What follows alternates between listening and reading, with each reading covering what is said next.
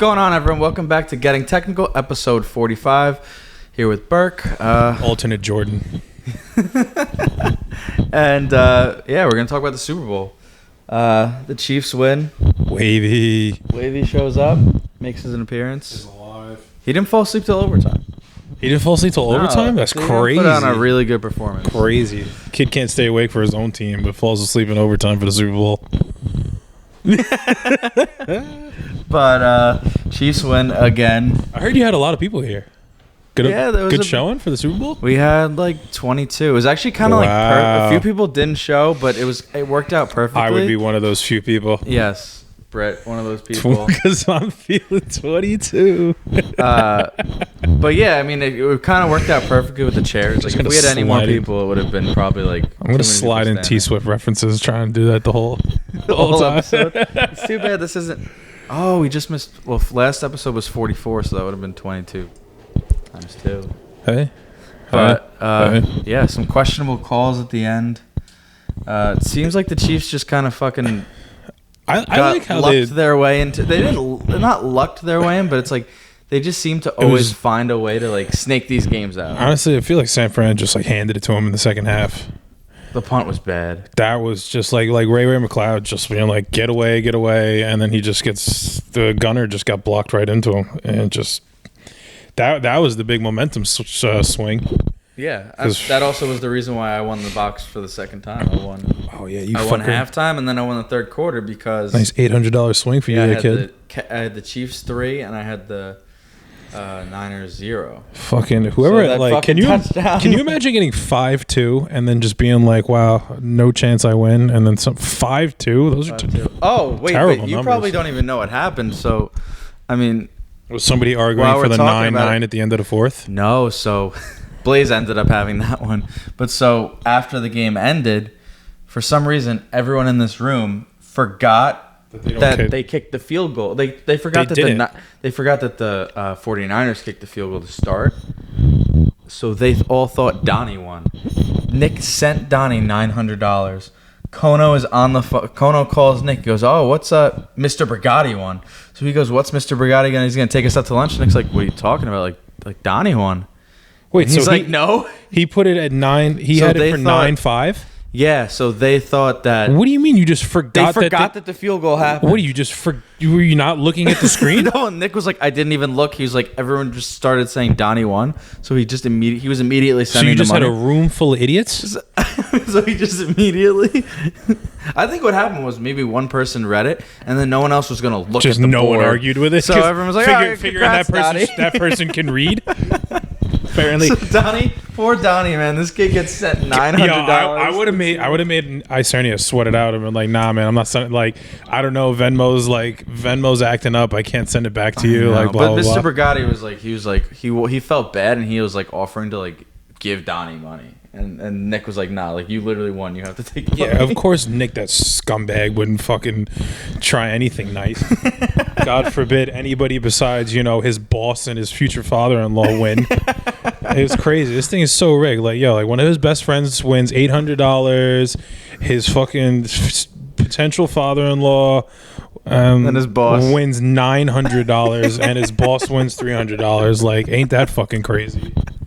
Rigged. It's so funny because, of course, Blaze just sitting there in the corner. He's like, of course I would have won. He's like, of course I would have won, but 9-9. He's just sitting right here in the corner. He's like, of course. Once you see the double numbers, you can't win the final score. Yeah. So, I guess you technically could, but if you can win the quarters and stuff. You can't win the final. Yeah, you technically could if it was not in the Super Bowl. It was like 19-29 or something. Oh. If it wasn't close. Yeah, I'm not thinking of it like that, but I was thinking it was like he has the 9-9 going 19-19. Oh, like yeah. Yeah, that's true. Like you can win 29. Bro, imagine 29. You ever see that there's like a Twitter account where it's like Scoreagami, and it's they go back in all like the previous games that have ever been played and see how many times like the score has like happened. Like I want to know like a 29-19 score.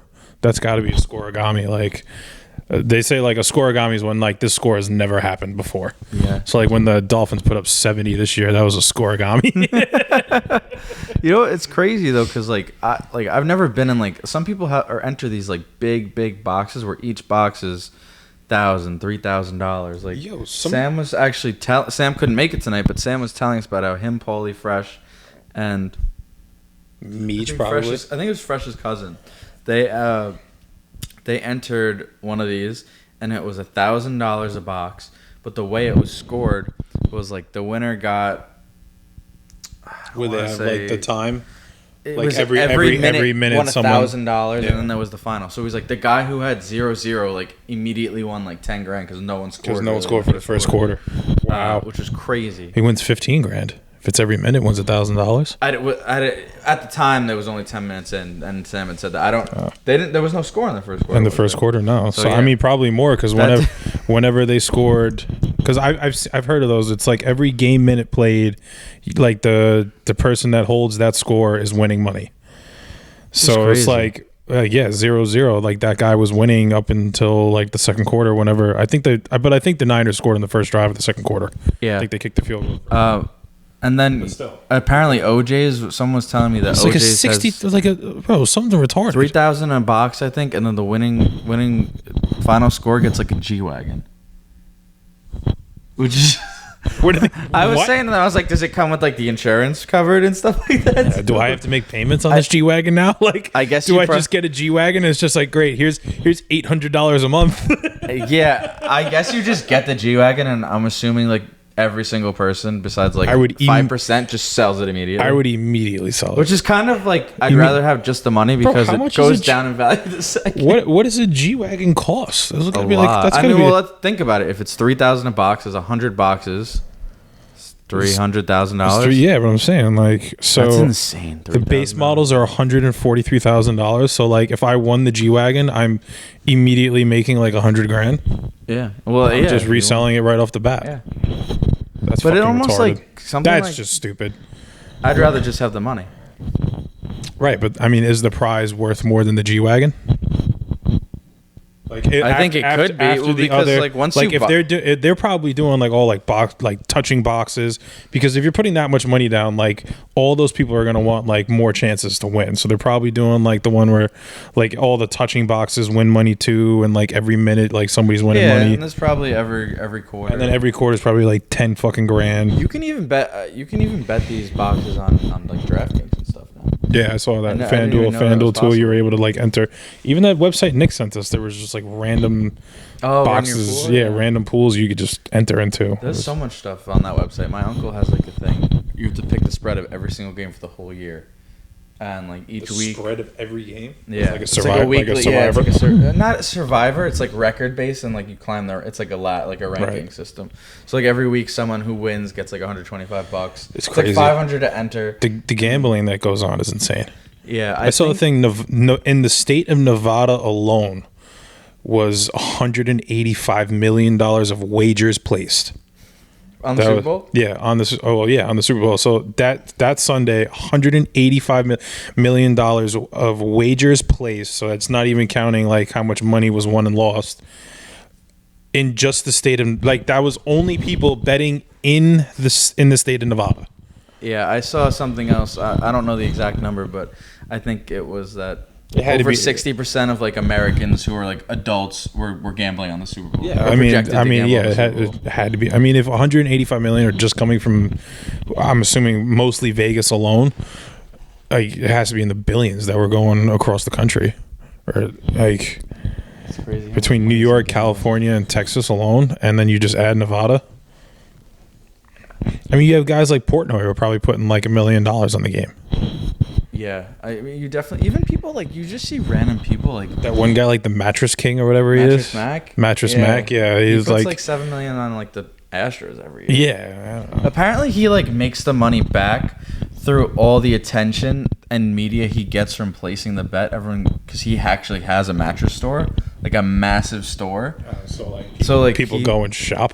Yeah, so like people want to go and shop because it's like Mattress Mac's place. I guess. I don't know. I can't imagine. People say it must work because he keeps placing these bets. See, like, oh, like like I get to meet Bob from Bob's Discount. Yeah. Whatever. All right, but let's talk about football now. Actually, talk about the game.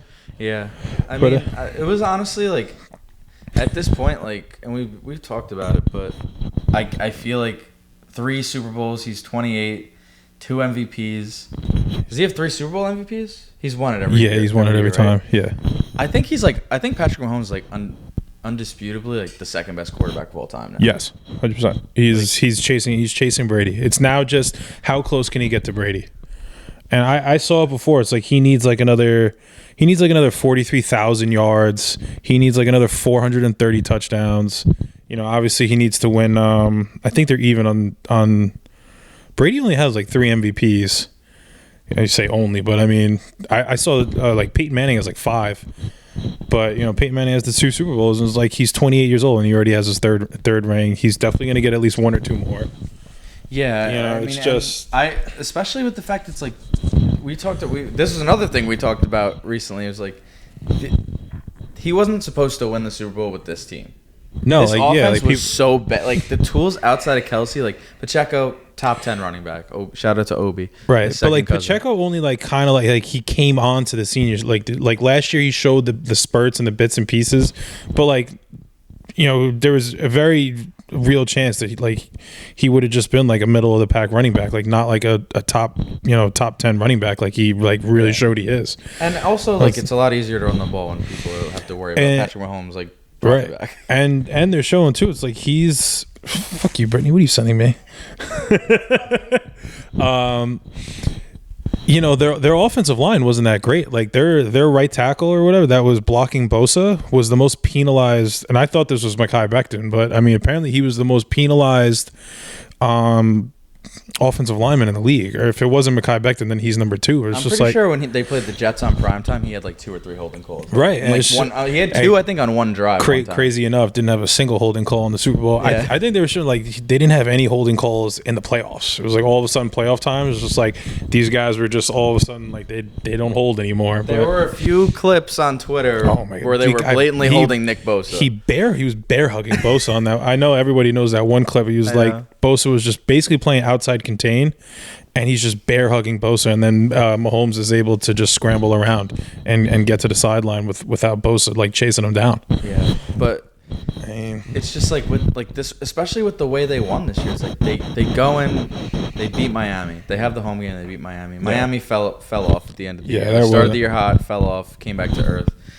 Then they go and they beat the Bills in Buffalo. That was in Buffalo. Yeah, they beat the Bills in Buffalo. Then they go and they beat the Ravens in Baltimore, and they were the underdogs and like against Buffalo and against Baltimore. Like they didn't run up the score. It was a low scoring game, right? It was like against who? Against Baltimore, no?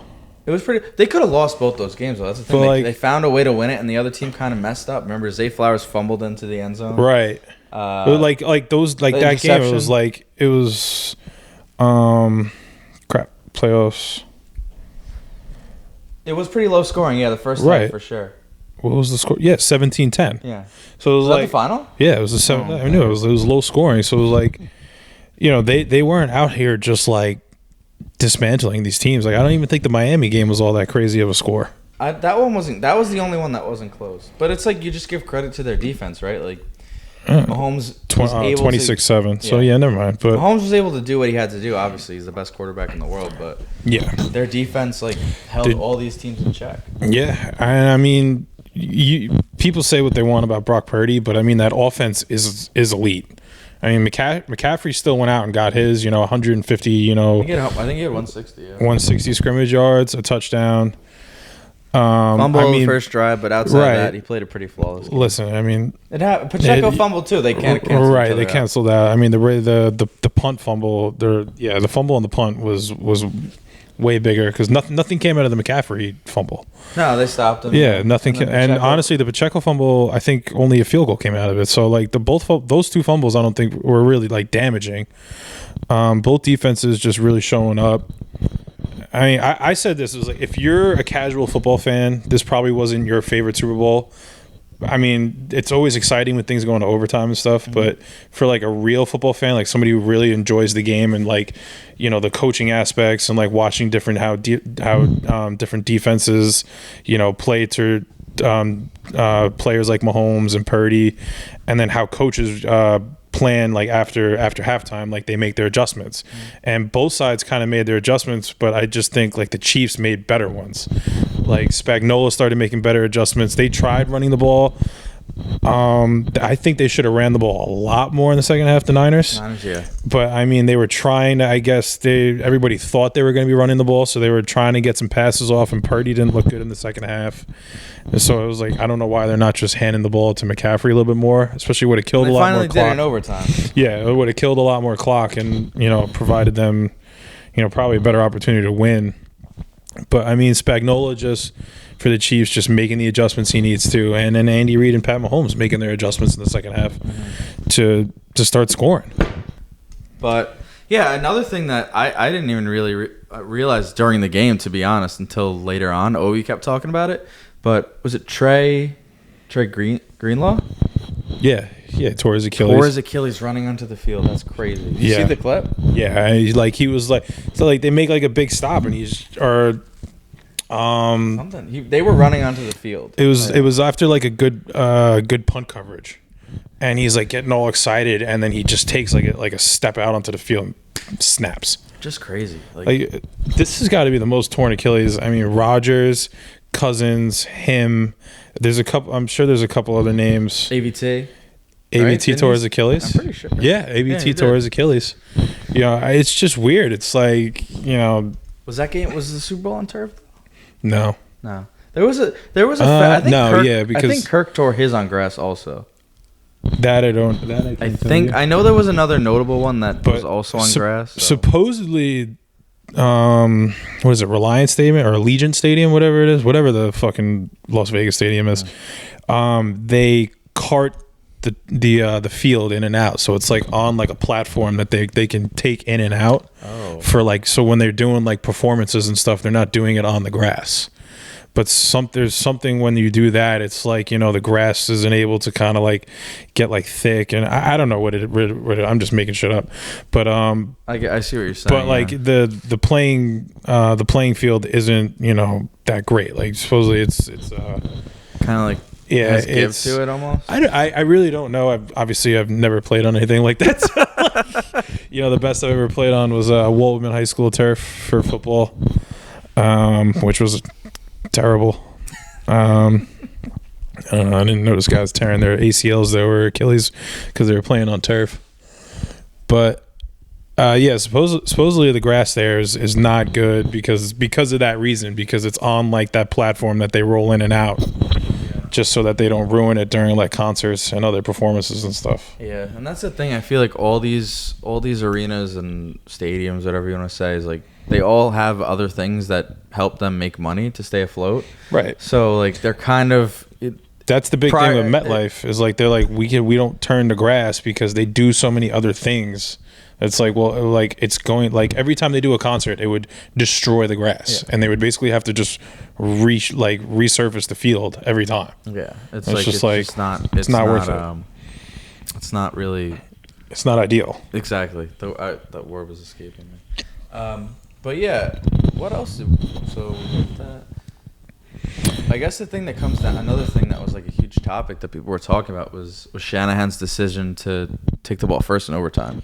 Yeah, I mean, people I think are really harping on the overtime rules where it's like no matter what, like you get a response. But I understand what he's deciding on because, you know, you have faith in your defense that's, you know, a top 5 defense, and if you go down there and you score.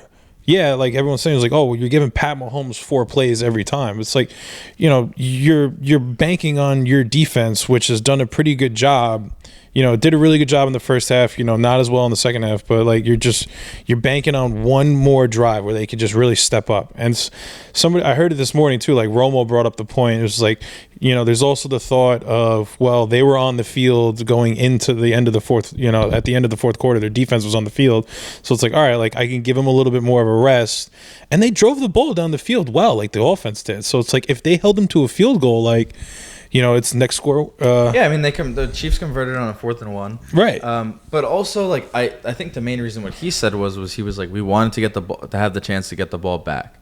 Like, right. And the thing, all these guys on the, like, Juszczyk came out and a few other guys are like, we didn't even know the rules of overtime. I'm like, in my head, I'm like, it really doesn't matter even if they knew the rules or not. Right. You needed to score a touchdown and get a stop. Or kick a field goal and get a stop. Right. It's like, you needed to score and you needed to get a stop. It's like once you got the field goal, you knew exactly what you had to do. Right, yeah. Like, all right, we got to hold them to a field goal or nothing. Like, they can't score a touchdown there. So it's like, that's a good point, too. I didn't even, like, think about it like that, where it's just, but, like, is Kyle Juszczyk going up to Kyle Shanahan and being like, whoa, what are we doing? Like, give them the ball. Yeah, it was funny because people were like, the Niners players were learning the overtime rules the same time as Ice Spice. Yeah, and it's just like, it's just a weird thing also to come out and say. It's like it almost feels like they're just trying to take a shot at Shanahan at that point. Right. And it's like, I mean, if the 3rd and 4 for the Niners in overtime, they had a miscommunication on the offensive line, which is why Purdy could not really throw the ball because he immediately got pressured by Chris Jones, and Ayuk was wide open. But by the time he caught the ball, Chris Jones was right in front of his face. Right. There's nothing he could do. I forget who was was it Ayuk in the flat or Jennings in the flat? Ayuk was on the left side. Yeah, he ended up being open, and he threw it away in Jennings' direction on the right side of the field. Right, but like Jennings was wide open too. Like so, like if they gave him a little bit of opportunity, like they're scoring a touchdown there. But they miss miscommunication on the offensive line. Right. Chris Jones comes running right through, and yeah, and it's just it's those little things that are the difference makers, because like you're saying, it's like now I got to settle for the field goal, and you're giving Pat Mahomes the four plays. Yeah, I mean they almost stopped it. I mean that was the last play. The Chiefs had one more play, and they were going to kick the field goal, and we were going to double overtime. Fucking Jerick McKinnon. I'm not Jerick McKinnon. Mecole Hardman. Of course, yeah. And then you see Mecole. All of us Jets fans see Mecole Hardman on the stage, and it's like, bro, did you see him in his interview the next morning? He was rocking a jet chain. He was wearing the Jets chain. Yeah, it was like that big plane or whatever. Yeah, well, he did buy it when they signed with the Jets. Yeah, that was one of the weirdest things. But like it wasn't even like hidden like under his shirt, and somebody was just able to see. It was just out. Probably spent a lot of money. It was just out, like blatantly a chain that everybody knows he bought. Like, because I'm assuming it was on Hard Knocks or something. Yeah, it was. It was just blatantly out, just being like, yeah, like I got cut by the New York fucking Jets, and now I'm scoring the game-winning touchdown for the Super Bowl. Apparently, he didn't even realize it was the game-winning touchdown. Yeah. Mahomes was like, not excited. He was like, we just fucking won the Super Bowl, we just won the bro. Super Bowl. He was like, oh shit. Yeah, but not to talk about the Jets, but of course the Jets couldn't find a spot for this guy, and then here he is making the game-winning play. I mean, it's the same thing. The guy Mike Pennell he came up a lot. He played a really good game, ex-Jet. Granted, this was he played for the Jets almost six years ago now, but I mean, it's just like it's crazy. Like Jerick McKinnon, ex-Jet. Yeah. It's just once again like guys that are a few years ago, but it's just like. They always succeed when they're not with the Jets. Right. It's like the Mets. It's like these guys leave these teams, and it's just like they just find their niche. They just find ways to become way more successful, like than their careers with the Jets. I know. Did you see the people were bringing up the when they had that mentalist come in for the Jets? Yeah. Oh, the Jets were supposed to be in this game. Like fuck, no, they weren't. no, they weren't. No, not with that offensive line and that offense outside of Breece Hall and Garrett Wilson. Even if Rodgers played, I was like that. I was like, bro, like no, that team was not very good. But what do you think about? Because honestly, like. Kelsey had a pretty weak game until, of course, he ends up with 93 yards, has a great overtime. But yeah, his first half was 1 yard. He was 1 yard in the first half, and then he had 92, I guess. 90, yeah, and second in overtime. But George Kittle, 2 catches for 4 yards. Debo and Ayuk. I think McCaffrey had more receiving yards than Kittle, Ayuk, and Debo all combined. Yeah, I mean, not good. The thing was, well, Juwan Jennings was great. Was great, but I think a lot of people expected Ayuk to kind of have like a slow game because of the guy McDuffie. Yeah, like both of the Chiefs corners are really good, especially McDuffie. First team All Pro along with Sauce. Mm-hmm. Gotta always throw that in there. And yeah, he really showed it. He had some big pass deflections. He had that one. He goes uncovered on the blitz and fucking deflects a pass that it was going to somebody wide open. Yeah. And it's just he was getting mentioned left and right, just not letting up any catches. He was just locked down all game. I wasn't expecting Ayuk. I was hoping Ayuk would get some things, but I mean, I think the thing was Kittle getting nothing. Especially, and then he ended up kind of getting hurt. But it's like, bro, like I thought Purdy played a fine game. Was he amazing? No. I don't think he was the reason they lost the game. No, honestly, I thought he made some really nice plays. You know who made some nice receiving plays? Juszczyk. He made 2 very nice plays. Yeah, that the second catch he made to stretch out for that first down. Yeah, in overtime. No. Yeah, was that overtime? It was either in the fourth or overtime. I want to say it was in the fourth because I think they were driving. Yeah. Driving down for the.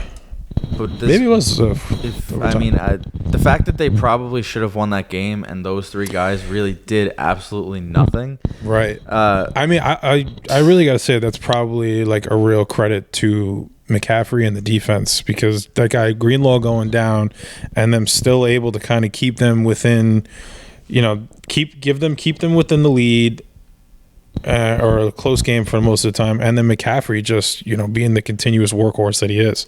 Yeah. Like I said, I thought he should have gotten some more carries later in the game, especially like they started running the ball well. The third quarter was just really where things kind of fell apart for them. I think they had at one point like 1 yard towards the end of that quarter.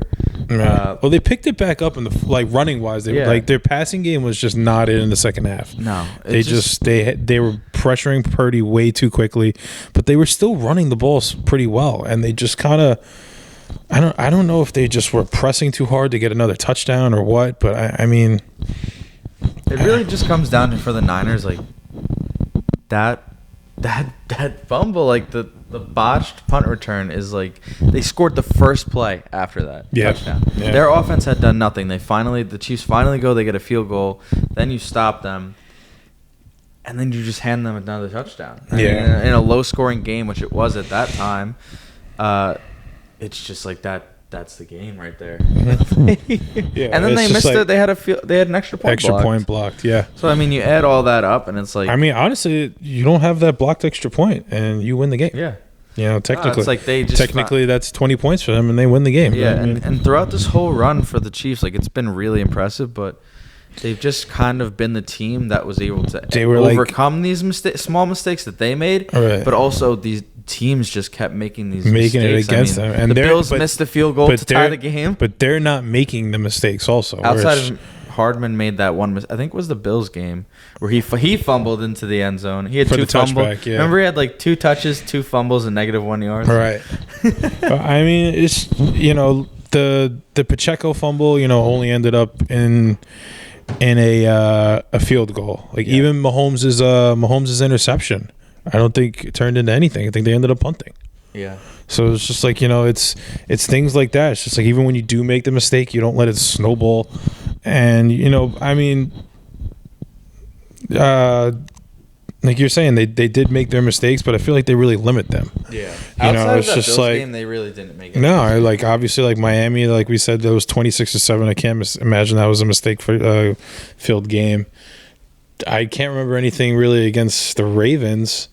And like the Ravens were the one making all the mistakes. When Flowers fumbles into the end zone, and then they're driving again, and Lamar throws into 3 guys covering Isaiah Likely get picked off. I mean, and that was the play that really put Savion in the lead.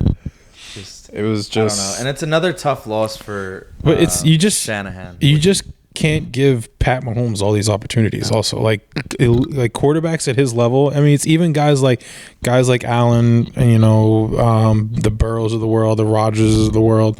You can't keep giving these guys opportunity after opportunity to come and score, because you're not going to hold them out forever.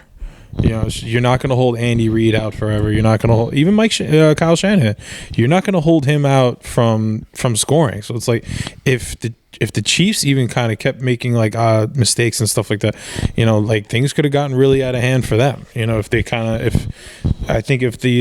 Niners were able to capitalize maybe on one of those turnovers, you know, I think things probably could have got out of hand, but you never know. Yeah, I mean, going into next year, I think FanDuel has or at least whoever it is in Vegas, they have the 49ers as the favorites to win again next year. But at this point, I'm thinking like there's just no reason not to like put some money on the future for the Chiefs every year at this point. Like you've got like I feel like at least a 50% chance of hitting the bet. Right. It's like to at least make it. It's just like are you just gonna keep doubting?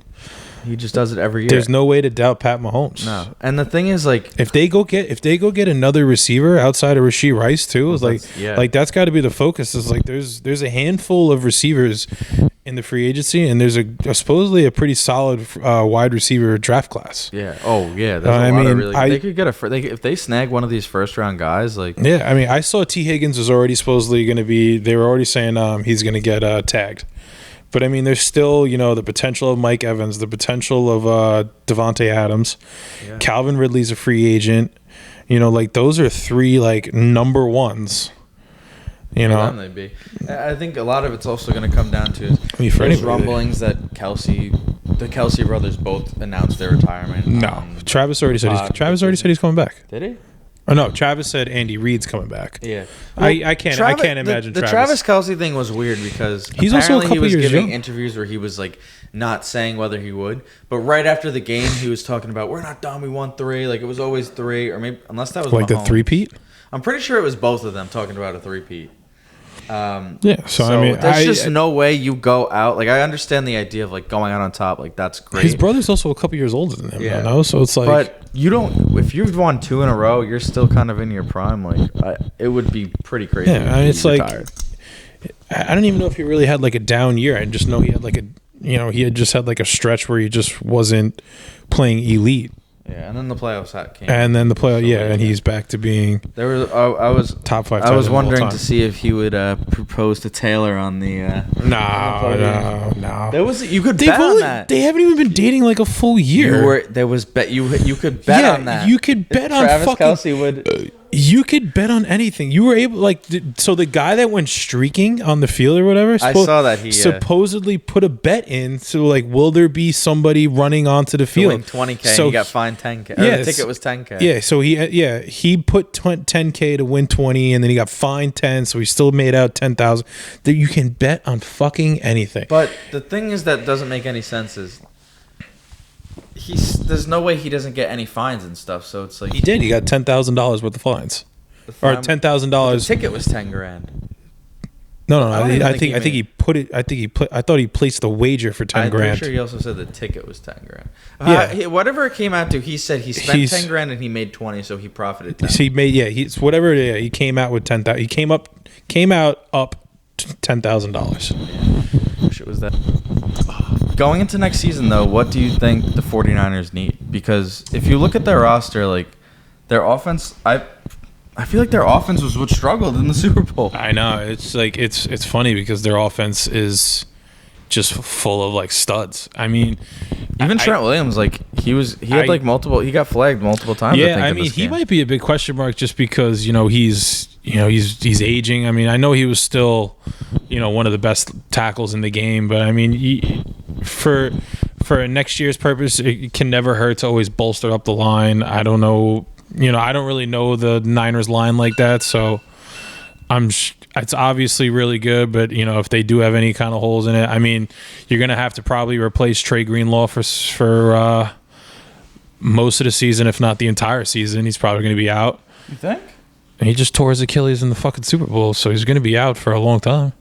He's probably gonna be out for at least half the season. He'll be back at some point, though, right? I mean, maybe. Let's see. It's February now.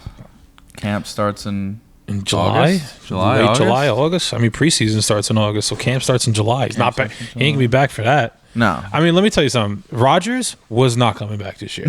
So that whole nonsense of like him making it back after like 3 months, that was not happening.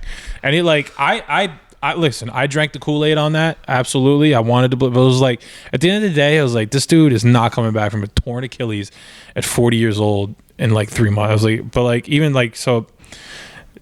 Get past Rodgers, but tearing your Achilles is one of the hardest injuries to come back from. Mm-hmm. In all sports. Yeah, and talking about he did it so obviously the last possible game he could have played in. Like I doubt he's back before the trade deadline. I mean, if he is, obviously great for him, but I mean, he's a big piece in that. Him and Fred Warner. Fred Warner was really good. He was really fucking good. That play that was the play that helped me. He stopped Travis from scoring right at the half. He played it perfectly to get them to hold them to a field goal. Like right in that corner throw. But I mean, that was also a thing I was talking with Obi about. I was like, when Greenlaw went down, like they started running the ball a little bit better because you're able to just kind of lock in on where Fred Warner is, and then just kind of run away from him almost. Where it's like you're able to run certain kinds of blocks where it's like you can take him out of the equation. Yeah, the guy who I saw a tweet about it. The guy who replaced Trey Greenlaw, it was not great for him. He gave up a touchdown. I think there was a bunch of stats that were just So he had a really bad PFF rating and he's a backup for a reason. But listen, it's like he got exposed. He didn't play well. You're gonna have to replace him, and then. If that's what you're getting out of a guy that's the replacement for Greenlaw, then you're gonna have to get depth pieces now. Yeah. They got to re-sign Chase Young, because I mean, I can't imagine you wouldn't want a guy like him back. Mm-hmm. You could always add receiver depth, because I mean Juwan Jennings really kind of show. It is Juwan Jennings, right? I'm pretty sure. Okay, I was like, am I saying just a different, a wrong first name for this guy? But I'm pretty positive. It can't hurt, especially because guys like Debo or Debo did get hurt again. It was like he's always kind of had some lingering injuries that he plays through and stuff like that. Yeah. Oh yeah. It's just he got hurt 2 weeks ago. It can't hurt having it is Juwan Jennings, by the way. Yeah, it can't hurt having any more receiver depth. No, I think their defense though, they played well in the Super Bowl, but throughout the end of the season, they were being exposed a bit for it being a weakness. I think it's kind of more of their secondary. Yeah, maybe not bad. They're still a really good defense, but they kind of were people were kind of talking about them as an elite defense, the Niners, and I think towards the end of the season, they kind of just became a solid team, but not one of those really really elite. The Chiefs defense, the end of the year, they were clicking on all cylinders. Yeah. They were, probably the best defense in the league. It came at the end of the day. Whoa. They got this. At the end of the day, they got that. Listen. The Jets got 7 wins. The Jets got 7 wins with fucking Chills Wilson. All right. Tim Boyle. Let me tell you something. Chills Wilson ain't winning fucking dick on the Chiefs. But no, yeah, I mean, if not number one, right there, number 2 probably for defense rankings. I mean, even for them next year, it really comes down to just can you retain what you did on defense, and can you add to that offense? Yeah, if the Chiefs can find a way to really get a stud in there, let's say somehow they end up getting a Mike Evans or something. They add him to that offense, I think they just immediately become far and away the Super Bowl frontrunners. They're just one big offensive piece, and obviously a lot of teams could use one big offensive piece. But if they can get a receiver and they could move Rashee Rice to that 2, have Kelsey, and then get a bigger receiver as well. I mean, even if they get a guy what even if they get another receiver and Rashee Rice really does take that leap into being a real number 1, it just relieves the pressure. Where it was it's back to when the Jets had Eric Decker. Eric Decker, they had him for a year before they got Brandon Marshall. And it was Eric Decker was never a number 1, but when he had, so he wasn't that great before, but when he got that other number 1, he put up number 1 numbers. Yeah. So it's you're able to kind of complement each other. And I actually forgot to just mention this. I know we're talking Chiefs, but did you see Ayuk's brother? It was his brother or his cousin or something, going on social media, saying he was just he was basically saying Ayuk's out. Really? Yeah, he was if they didn't win the Super Bowl, he was like Ayuk's gone. I mean, and I was just like, it's a weird thing to just come out and say. Right. I was just like, a lot of siblings and parents and stuff like that say some crazy shit. Yeah, like Odell's dad and shit. I think Debo's parents were, at least for a little bit. Oh, really? But also, I don't know if you saw like, this. Why would you post that? And then it just like, if I was his brother and be like, yo, like 10 seconds after I just lost the Super Bowl, you're telling people I'm leaving this team? One of the linemen on the Niners, he came out and apologized for this. He either tweeted or made an Instagram post or like commented somewhere. He was talking shit about his teammate who like apparently had the miscommunication on that 3rd and 4 in overtime. And the dude was like, "Damn, bro!" Like, and he was like, "Yo, my fault. Like, I woke up and I was in a bad place. Like, I'm sorry." I mean, but it was like, bro, like these social media makes it so these guys can really just like kind of talk a lot more than they should in certain certain situations. Just like release information that they shouldn't be talking about. Like you see it all the time with girlfriends and parents, especially in the NBA a lot. Like I feel like you'll see that too. Is like you'll see like significant others and they'll be like, "Oh my God, like we're so grateful for XYZ, you know, thank you for the time." And like the guy hasn't even like announced that he's like, yeah, like I'm signing a contract with a different team. And it's just like his wife is out there just being like, "Oh, we're moving," and it's just like you're like, "What are you talking about?" Or the people on Twitter who find like the guys selling their houses. Yeah, it's just like people just doing the real deep dive. Season's not even over. They're like, but I mean, he's selling his house. But I mean, could you imagine that? So like going back to like the Chiefs adding guys, it's just like imagine Ayuk leaves and then fucking put him on the Chiefs. Yeah, you give Pat Mahomes, Brandon Ayuk. I mean, the guy was an All-Pro this year. But this is like we talked about this a few weeks ago when we were talking about like coaches and like I said like I was like I think Andy Reid like still has a chance to like claim that throne on Belichick. And now he just added another Super Bowl, like, and it just like feels like with Mahomes, especially like we're talking about, like if they add to this team, like there's no reason that this team isn't winning 14 games for the next 3-4 years, right? Right. Mahomes is just that good. Mahomes is locked in for the rest of his career. Yeah. You know, I mean, you have Kelsey, which, you know, he's probably only got, you know, another 2 or 3 years left in his career. But it's like you still have like a 2 or 3 year window right now where it's like you can have him, Pacheco on his rookie contract, Rashee Rice on his rookie contract. You add another piece, you bolster up that line, and then all those other guys like what's the corner's name? McBride? McDuffie, L'Jarius Sneed, like so McDuffie and Sneed. I don't know if Chris Jones might. Chris Jones he might need another, but he'll probably need like another 1 year or something. But like you have like a 2 year window where it's like you could just start throwing money at guys and then go get another 1 or 2 Super Bowls, and it's just like then you can really start talking like, is Andy Reid the GOAT? Because now he's like, all right, well, you know, if they get a 3-peat, you know, he has 4 rings to Belichick's 6. It's like, but you know, then you can start talking, you know, win-loss record, what he like, the talent that he was doing it with and stuff like this, you know, the teams that he was playing against.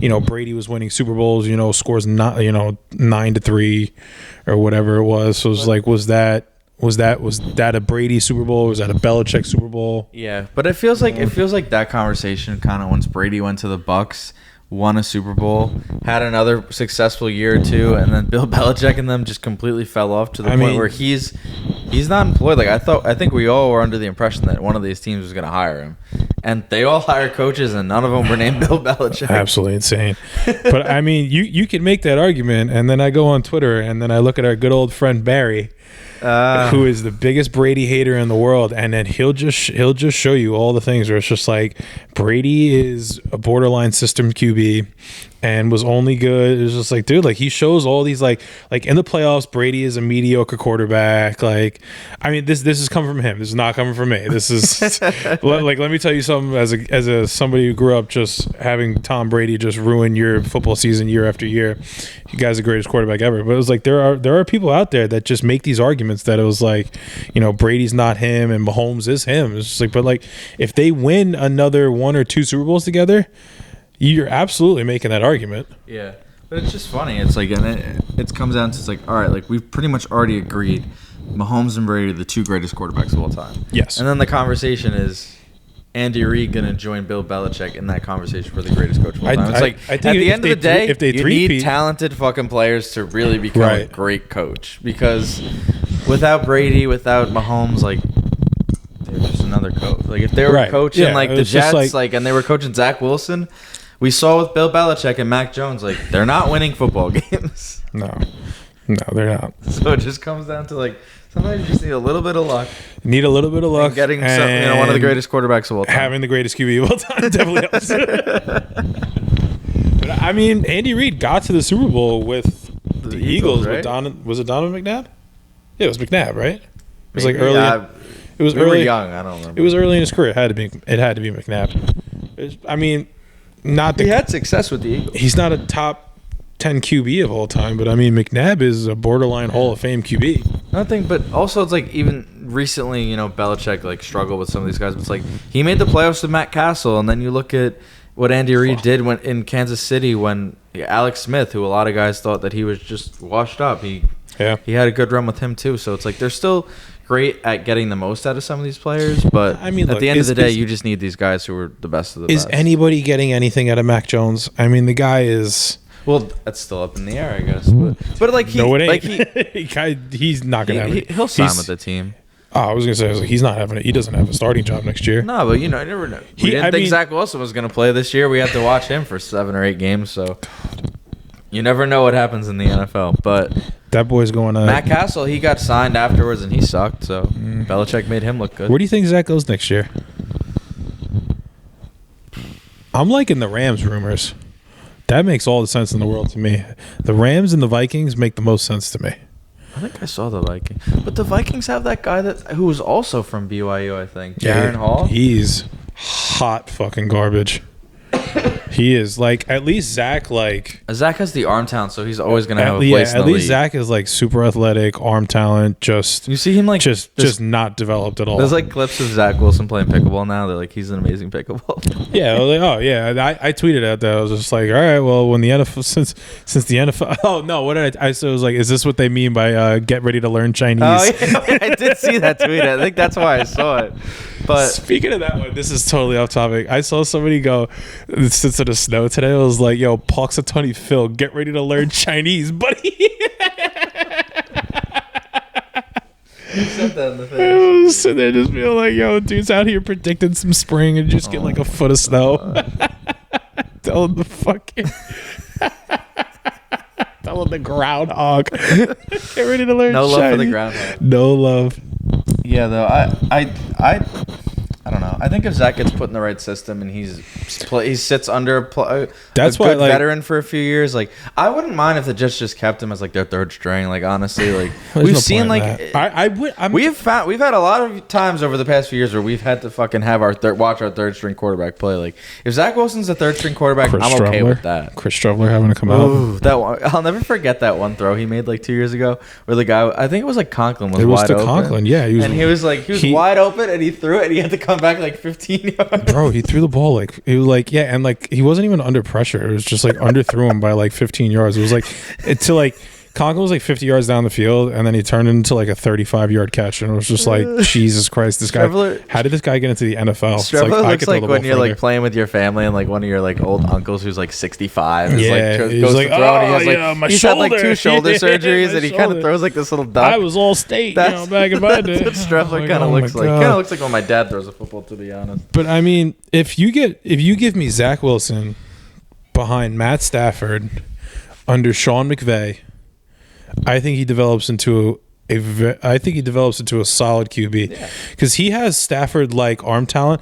Honestly, his arm we could say whatever we want. Like he makes some throws that are just like he zips that ball. He makes throws and he makes plays sometimes. You're just like, why is this kid not a top 10 QB? And then he makes other throws where you're just like, that's why he's not, because he can't read a defense. He can't he can't go through progressions. No. He can't do much. He has to stare down number one. If he's not open, he's fucked. He also I think if you put Zach, whoever you want to say had the best offensive line this year. I mean, that also if he was behind an elite offensive line with good weapons, where he had a lot, like the Lamar Jackson had a lot of time to throw.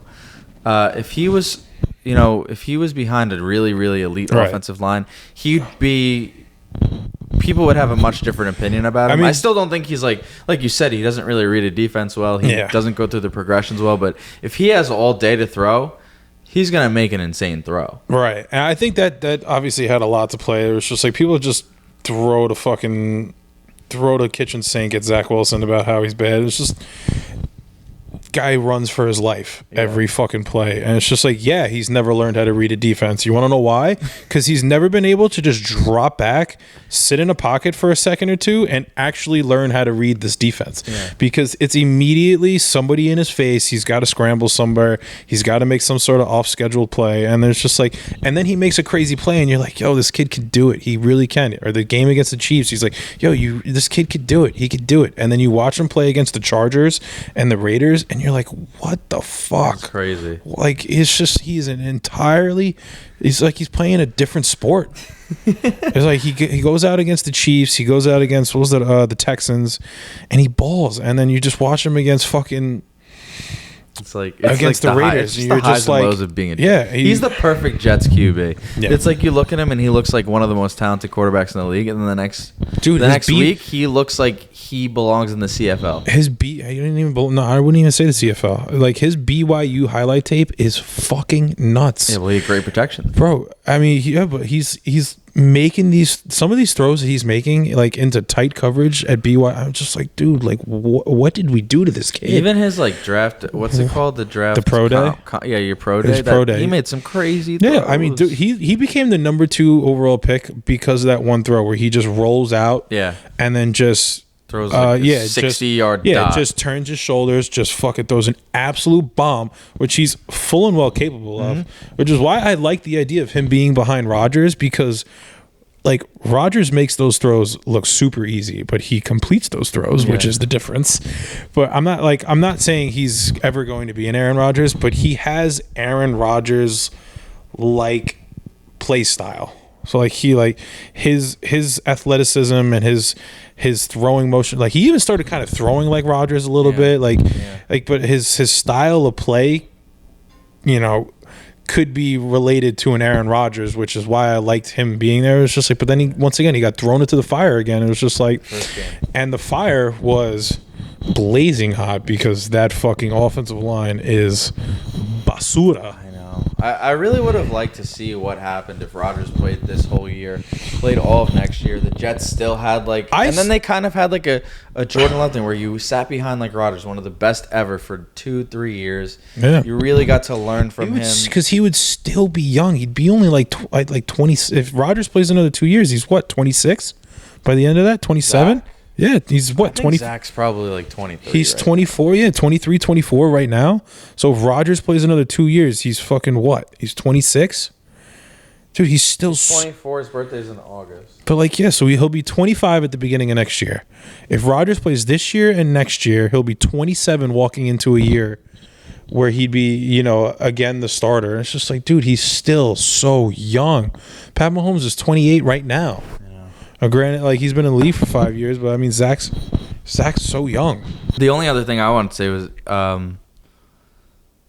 what was it? I don't know. What was it? Oh, it was. I saw this stat. I mean, this is going to be probably the last thing, but since the Chiefs got rid of Tyreek Hill, that they're undefeated in the playoffs with 2 Super Bowls, which is crazy because I, for one, at least, I'll admit, I thought once they lost Tyreek Hill, there would be a drop-off, and I thought that they would still be a good team, but I did not think they'd be a team that was winning back-to-back Super Bowls, and they didn't skip a beat, somehow losing top 2, 3 receiver in football. That kid McDuffie was a part of that. He was one of the draft picks for the Tyreek Hill. It's just he was all-pro. Oh, well, so I mean, that's what the good teams do. That's what the good teams do. That's what the good teams do. You get rid of a top 3 receiver in the league, and then you turn it into all-pro corner. I mean, you could it's stupid to compare the Jets to it, but it's like you traded Jamal Adams and then you turned it into Breece Hall and Garrett Wilson.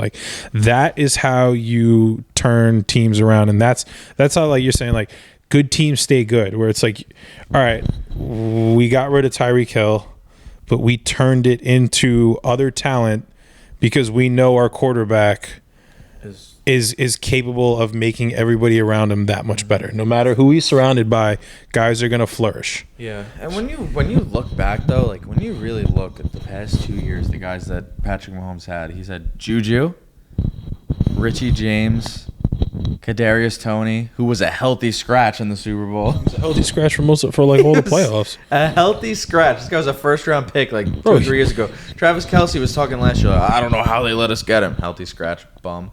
Just his attitude was bad. I think Andy Reid just got tired. It was just like last year into like Mecole Hardman. They had him last year. You know, he was okay. Bring him back. Didn't even play on the Jets. A 7-10 team that had no offense, couldn't get anything going. 3 catches. Cut by the Jets. Yeah, and then he just comes out game-winning touchdown. And then you got MVS, who's been like the guy who's been there the longest. Obviously Rice, the rookie, who's been great. But did he catch a touchdown? Yeah, right. He caught a touchdown. MVS, right? I think he did, and he also made that huge catch against the Bills or the Ravens to steal the game. It was like third and long, and he makes the catch. It's just guys like that like I'm saying, like Pat Mahomes will get the most out of everybody. Yeah. No matter who you are.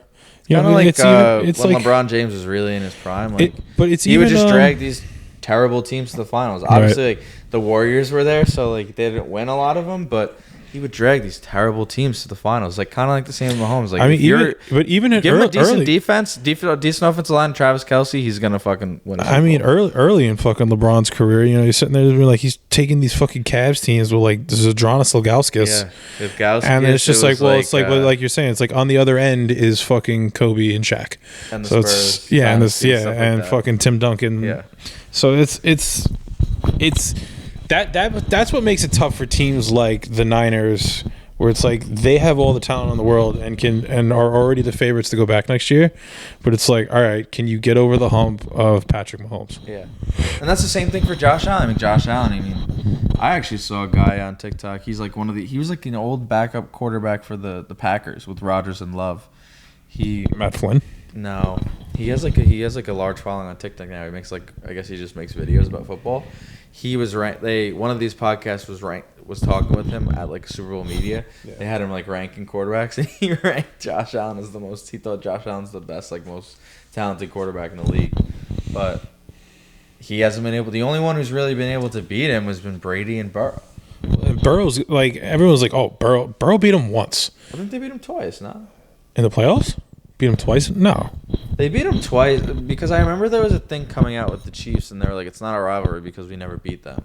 I don't know when it was, but they did lose 2 big games to them. And obviously that one. I think it's only got to be the one in the playoffs because maybe it's at least they beat him once. He was hurt his rookie year with the ACL. Then they went to the Super Bowl, and then this year they didn't make it. Nah, because it was last year too. Was there last year? Yeah. He's been in the league for 4 years now? Burrow? Yeah. Really? No. Yeah. Look right now. That I know. I know he was. So then he just signed his 5th-year option then? He signed his contract extension. He signed that big contract extension last year. Yeah. He's 27, bro. Look up Joe Burrow, first thing that comes up. Joe Burrow's diet. When did he get drafted? I know. He was drafted in 2020. This is his 4th year. Wow. Yeah. So the year that his second year when he played, they went 10-6, made the Super Bowl. Then they were 12-4 last year. Oh. And then this year he was pretty bad because he was kind of hurt, honestly, the whole time. Yeah, he was having the arm issues, right? The whole time, and then he finally got hurt for the year. Yeah. Yeah. Can you beat him? And but also to end things I thought Brock Purdy played a pretty good game, and obviously Brock Purdy is always in these conversations, and people are always talking poorly about him. But another thing I feel like everyone forgets is it's his 2nd year in the league.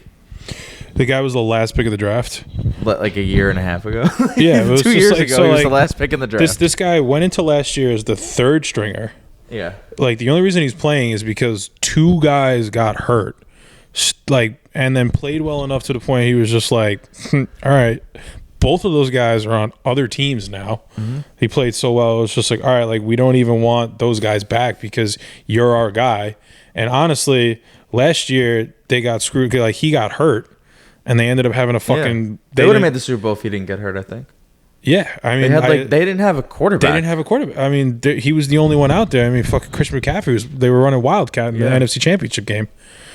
And then this year he's right back there. So it's just like, I mean, his second year in the league, and it's really he's only really played a season and a half because he didn't play the full season his first year. Yeah, so, and I mean, he's gonna get better. Like that's the thing that they got, have. 25 games under his belt. He's on that rookie contract still, where he's making $960,000 a year, which is retarded. They were showing the ability to be more flexible and kind of maybe tweak some positions. What's Mahomes making a year? Fucking a lot. I know his contract. It's like $400 million contract, right? It's $500 million. It's hard. It was like a whole thing right after they won the Super Bowl. It's like he's 2-time MVP, 3-time Pro Bowl champion. He's 28, 2-time MVP, 3-time Pro Bowl champion, 3-time Super Bowl MVP. He gets, and then he also has like part ownership in the Chiefs. He has a part ownership in the Royals. He has a part ownership in. So he gets it's 10 years. Every sports team in Kansas City, he has like a partnership. He gets partial ownership. Of. So it's 10 years, $450 million. So he's making $45 million a year, 140 guaranteed, a signing bonus of $63 million. So I mean, this year they were only paying him $9. It's pretty backloaded, the contract. Yeah, but so that's also why like they had to get rid of Tyree, because they're giving you when you pay these quarterbacks that much money. But I mean, they're not really. It really makes it hard, which is why the Niners are in such a great position with. It's kind of a weird contract. A rookie quarterback. So like next year he gets paid 16.5. Then he gets paid $45 million for the next 2 years, but then it drops down to like $17 million, then $8 million, and then it jumps up to $30 million. $37 million, and then his last 2 years when he's 37 and 38, he's getting paid $60 million a year. It'll probably be like there's a chance he's even retired at that point. Doubtful, but I mean, like, fucking bizarre. I mean, could you imagine giving a fucking 38-year-old quarterback $60 million? Oh wait, I know who's giving a 38-year-old quarterback $60 million. The New York Jets. Oh my god. See you next week. Oh, wait. Before we go, I don't know if you watched the episode I did with Julian and Nick. Probably not, but the very end, Julian called you out. What do you say? Mid-law? He's talking mid-law? He was mad. Oh, my God. We talking about this bum Trevor Lawrence again? We still got to talk about the fact that the Jaguars have, like, the 16th ranked QB in the league, about how the Trevor Lawrence sweepstakes was over some guy that is just so middle of the pack, it's not even funny.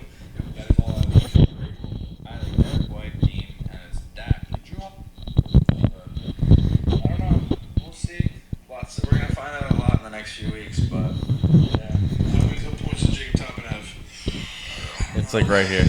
Good episode, boys. I got one more thing to say before we log off here. So Neil on the shore. No, it's not. It's not about basketball at all. Actually, we getting personal here. So I saw the last podcast y'all had. I actually watched it a couple days ago, and Tom Burke, I'm calling you out, buddy.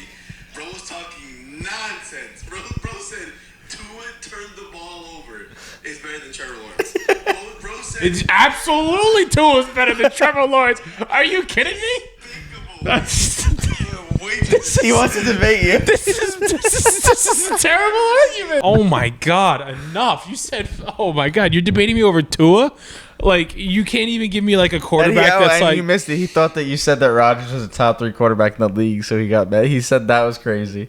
He said it was despicable. I mean, the guy's he very well could be next year a top 3 QB in the league. So we got to get Julian on soon so we can have this debate.